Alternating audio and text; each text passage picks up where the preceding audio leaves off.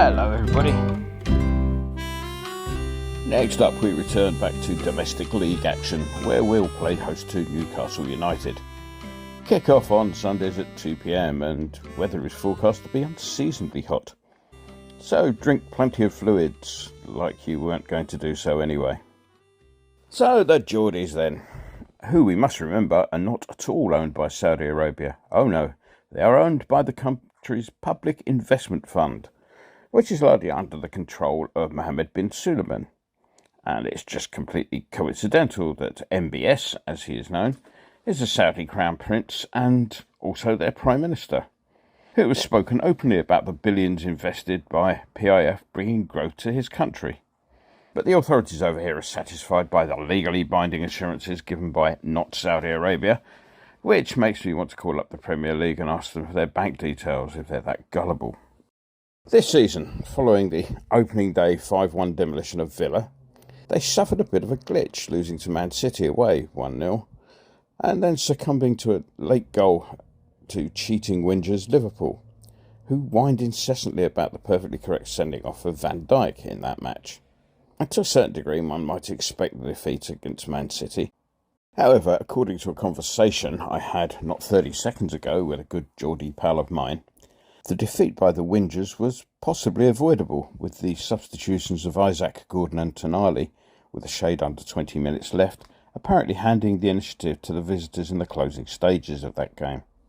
My chum put the 3-1 defeat away to Brighton, down to a collective lack of form for certain players, who he says have since bucked their ideas up a bit.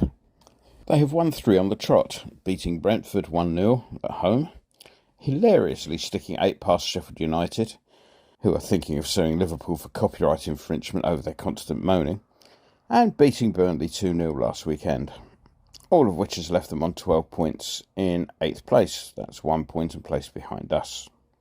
They did look on good form in midweek against PSG. I could almost hear the much-missed preview Alistair shouting abuse from, well, wherever it is he is now, complaining that they'd waited until he died before becoming any good again. Still, it all just goes to show, winning in Europe is not for everyone, eh, Arsenal?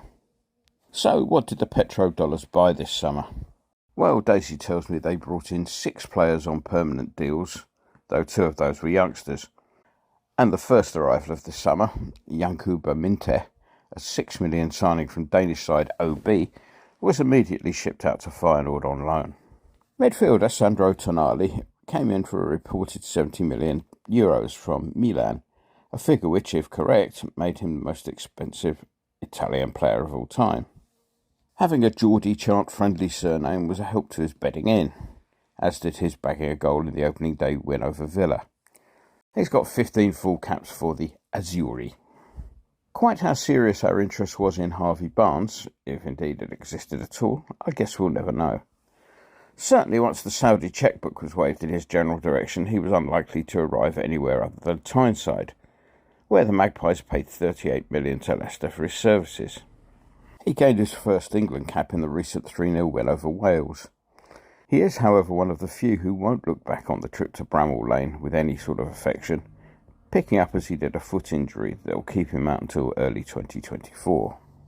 The fee paid to Tino Livramento to Southampton was set to be £32 million, with a further £8 million in potential add-ons. How much of that will be seen by Southampton remains to be seen, with the deal that took him down to St Mary's from Chelsea rumoured to have contained sell-on clauses. He missed most of the last season, having picked up a knee ligament injury at the end of 2021-22, making his return in May, just in time for relegation then. Talking of Chelsea, which we kind of were, Newcastle have also picked up defender Lewis Hall on loan from the pensioners. The loan is in fact the prelude to a permanent deal, with the Geordies apparently obliged to cough up £28 million plus a possible £7 million in add-ons at the end of this season. He made his debut as a sub in the win at Bramall Lane. On the injury front, in addition to Barnes, Knox will keep out Willock and Botman. The informed Gordon is suspended whilst there are fitness doubts over Joe Linton and the current holder of the not particularly great but always scores against us award, Callum Wilson. Let's move on again, shall we, to the wild and wacky world of association football. And the Scousers never know when to shut up, do they? Klopp is now demanding a replay of the Spurs game. Quite what makes this arrogant numpty think that his tawdry bent club should be treated more favourably than anyone else, one can only imagine. I can only think that they've just gotten used to it over the years. In the meantime, we know you're a bunch of lying, hypocritical moaners, so there's no need to keep banging on about it. Sit down and shut up. Elsewhere, former Manchester United midfielder Paul Pogba has had his B sample test positive for testosterone, and not, as this nearly read due to a spell-checking error, Toblerone. He'll be looking at probably 4 years on the sideline if found guilty. It does make you wonder whether or not he was actually taking the banned substance while he was playing over here, and if so, could we sort of sue or chant or campaign for a replay of any of the matches we may have lost in which he played. Let's move on to us, shall we? That was a thoroughly decent away performance, I thought, in midweek, wasn't it? We ourselves are on the end of a clear VAR cock-up where what should have been Paqueta's second goal was wrongly disallowed, and the penalty when the same player got shoved off the ball, which wasn't given. But on the whole, I'm happy to take the 3 points so that the planned march on Parliament to petition for a replay won't be happening. Though the result and indeed overall performance were both satisfactory, the match did highlight a rather disturbing trend that has been developing, with us conceding very early in the second half. This seems to be happening time and time again. Why do we switch off so? I mean, the manager's last words before they go out must surely be something along the lines of, be at it from the start. It's baffling in the extreme. On the injury front, the injury concerns largely centre over Antonio's abductor, which sounds like the name of one of those Grand National Sweepstake picks that never win. He did some light running while the team were in Germany, but the best estimate we have for his availability is that he may well be 50-50. We'll be missing both Ben Johnson and Aaron Cresswell. Let's move on to the prediction then. It's a really tough one to call. I mean, on any given day, all 3 results would be possible. Well, yes, I know, but you know what I mean.